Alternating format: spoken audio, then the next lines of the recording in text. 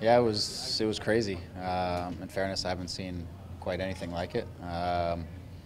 We go down 2-0, and we fight our way back to 3-2, and then yeah, I don't know, between the calls and the set pieces and the silly mistakes throughout the game, and there's just very unpredictable, is what I would say. When we got up to 4-3. Our mindset was, in a game that was crazy, was to make sure we had good numbers behind the ball. We dealt with things. We played safe. But we didn't even get far enough away from into the 4-3 to really get established. So before another set piece, and we grant them another opportunity in front of the goal. So, but it was a hectic game, roller coaster game, as you said. Lots of up and downs. You're just trying to manage the ups and downs over the course of it and get yourself in a position to win. So much of the preparation this week was due to the field dimensions. Do you feel that you prepared adequately? I thought by and large we got the chances that we thought we would get. I thought we had some good stretches where we could attack and we could play, and we had some opportunities, obviously, in transition, which I thought we would. What we didn't do was defend set pieces very well.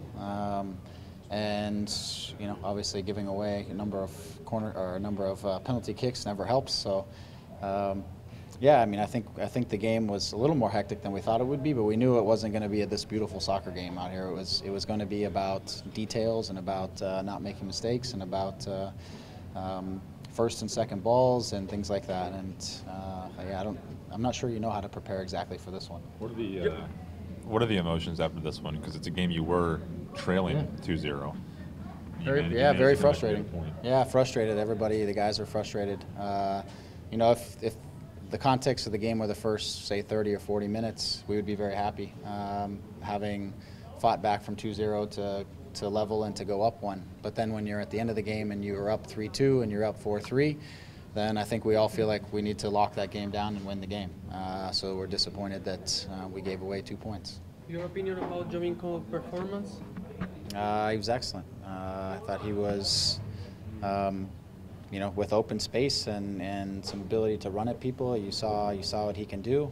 He's crafty. He's so quick. He can beat you on the dribble. I thought he was excellent on the day. But we have to provide him with support, and we have to for sure provide them all with defensive support. We can't give away 4 goals and expect to come away with a win. That's a tough one. Other players with the same curriculum of Jovinko came to the MLS. It seems like he's in about 16, 17 games was able to make an impact on the league. That's, I think, is something impressive.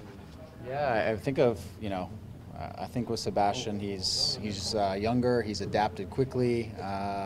There's a good support system around him. He has all the attributes for this league that can make him a very good player, and that he's incredibly quick, shifty, change of direction. He's smart, and he's a finisher. I think he has a lot of things that bode for him well in our particular league, because this games open up always, and there's always some space. And he's a guy who can really kill you when there's space on the field. If you had to make a suggestion to our coach of the national team, what would you tell him, to Mr. Conte? Yeah, listen, I'm in no position to give him any advice. So I think he knows Sebastian very well, and I think Sebastian is in good form, and he's doing well for us. So what does that mean for the national team? It's not for me to say. You've been around this league for a while. Where does Jovinko's performance today rank in terms of best performances all time by a striker in this league? It has to be up there. It definitely has to be up there. He was able to create a lot of chaos, and really he was, in some ways, he was the lone striker, and then we were getting him support from outside positions. But between scoring the goals, setting up the goals, I thought he was outstanding on the day. He showed how difficult he can be to deal with. So on the flip side, you might have to say that it was only upstaged by a poor defensive showing. Does this kind of solidify that this team needs to bring in support to make days like this productive? Yeah, I think the defensive performance wasn't good enough. In a lot of ways, it was set pieces.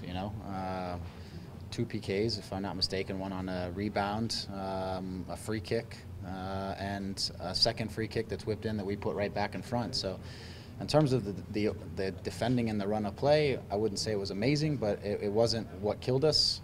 What killed us is when you have set pieces, you got to deal with it. We got to make better decisions defensively. But for sure, if we're gonna give up 4 goals, it's gonna be very difficult to get results, and we have to pay attention to that, both in personnel and also in preparation. Is it fair to say that this wasn't one of Chris's best games, despite the fact that he did stop that initial PK, but the penalty and the restart? Does it create any kind of goalie controversy for you? I don't know if it creates a controversy. I have to make a decision. There's not a controversy, and other than me choosing who our goalkeeper is going to be. In terms of the game, the whole game had this hectic feel to it, you know. And then for the goalkeeper behind the line, lots of set pieces. There's lots of decisions that have to be made and choices and Chris was faced with a lot of action and a lot of decisions to have to make over the course of the day. That's tough to ask any goalkeeper. He made some good decisions and some bad decisions, and we'll assess as we move forward and put this game behind us how we're going to progress. Marky Delgado was able to get on the board there late with that 4th goal. What have you seen from him since he's gotten back from his time internationally, and what are some things you really want to see him improve during this time where you guys are a little bit shorthanded due to the Gold Cup? Yeah, I thought ever since, I've always liked Marky. I've had him in the academy at Chivas, and when we brought him in here, we liked him. We were surprised that we got him. But he was, ever since he's come back from the Under-20 World Cup, I think he's been very sharp. Today he was very sharp. He played in a more natural sort of central midfield position. His engine is incredible, the amount of ground he can cover over the course of a game. He's more athletic than maybe he appears.